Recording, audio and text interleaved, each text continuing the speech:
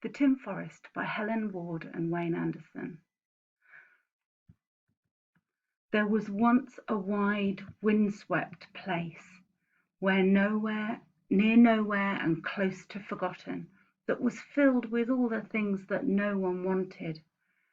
Right in the middle was a small house with small windows that looked out onto other people's rubbish and bad weather. In the house lived an old man.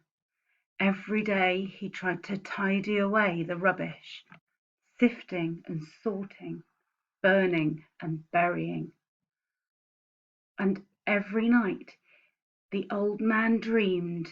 He dreamed he lived in a jungle full of wild forest animals, where there were colourful birds, tropical trees, exotic flowers. There were toucans, tree frogs, and tigers.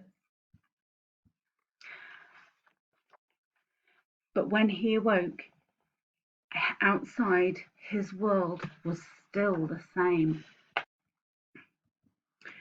One day, something caught the old man's eye. An idea planted itself in his head.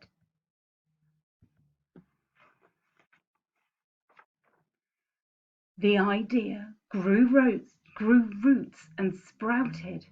Feeding on the rubbish, it grew leaves and it grew branches, and it grew bigger and bigger and bigger. Under the old man's hand, a forest emerged, a forest made of rubbish, a forest made of tin. It was not the forest of his dreams, but it was a forest just the same.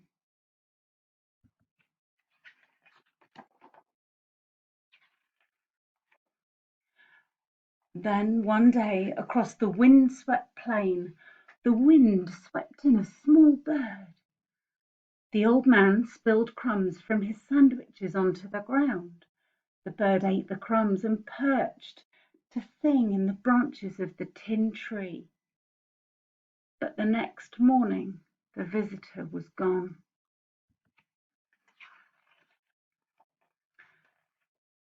All day the old man walked through the silence, and his heart ached with emptiness. That night, by moonlight, he made a wish.